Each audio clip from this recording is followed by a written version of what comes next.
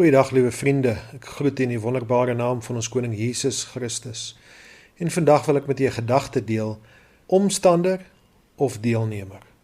Ek het onlangs geluister na 'n onderhoud op radio, en in die gesprek het die gas na die omstander effek verwys en voortgegaan om dit te beskryf as iemand wat toekyk, maar nie bereid is om in te gryp nie. En as 'n voorbeeld het hy 'n voertuigongeluk gebruik, waar baie mense toekyk en selfs met hulle fone video's neem en plaas op sosiale media, maar niemand is bereid om in te gryp en 'n beseerde persoon by te staan of selfs te help red nie. Nou as gelowiges in Jesus Christus is ons geroep om deelnemers te wees en nie omstanders nie.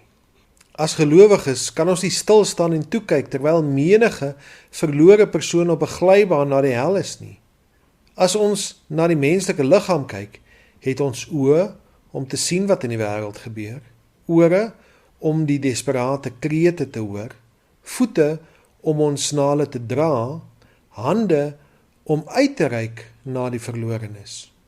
Maar al sou ons nie veel kan doen nie, het ons ook 'n mond om uit te roep vir hulp en in te tree in gebed. Jesus sê in Markus 16 vers 15, en hy het vir hulle gesê, gaan die hele wêreld in en verkondig die evangelie aan die ganse mensdom. Doch is daar diegene wat huiwerig is om te gaan, bang is om te getuig en selfs onwillig om te praat. Maar hoe word ons deelnemers eerder as omstanders?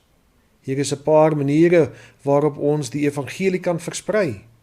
Laat jou lewe of die wyse hoe jy lewe Christus openbaar.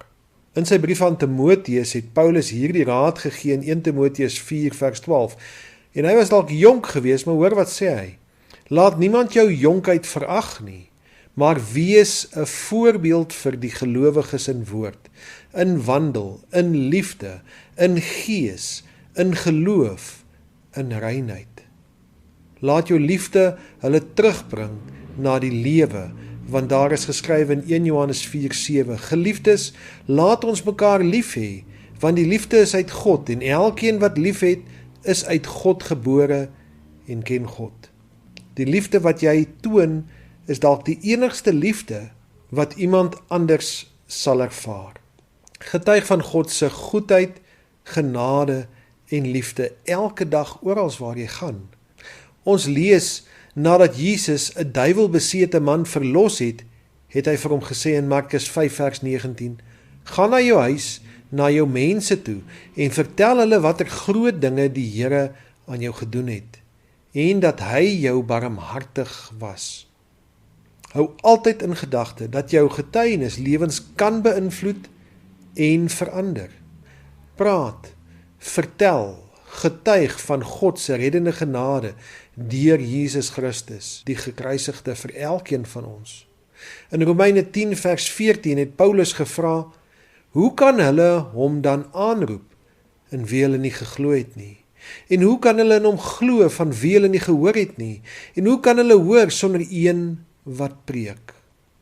Laastens, sou jy nog die las vir die redding van verlore siele hê, maar nie die vrymoedigheid om te gaan nie, kan jy bid.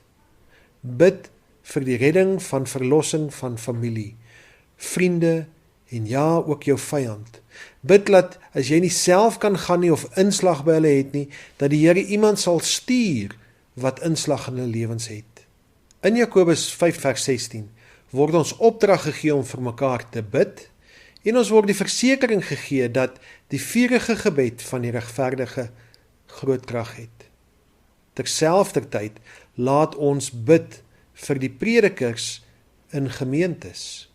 Paulus skryf in Kolossense 4 vers 3, bid tegelykertyd ook vir ons, dat God vir ons die deur van die woord mag open, om te spreek van die verborgenheid van Christus, waarvoor ek ook in boeye is.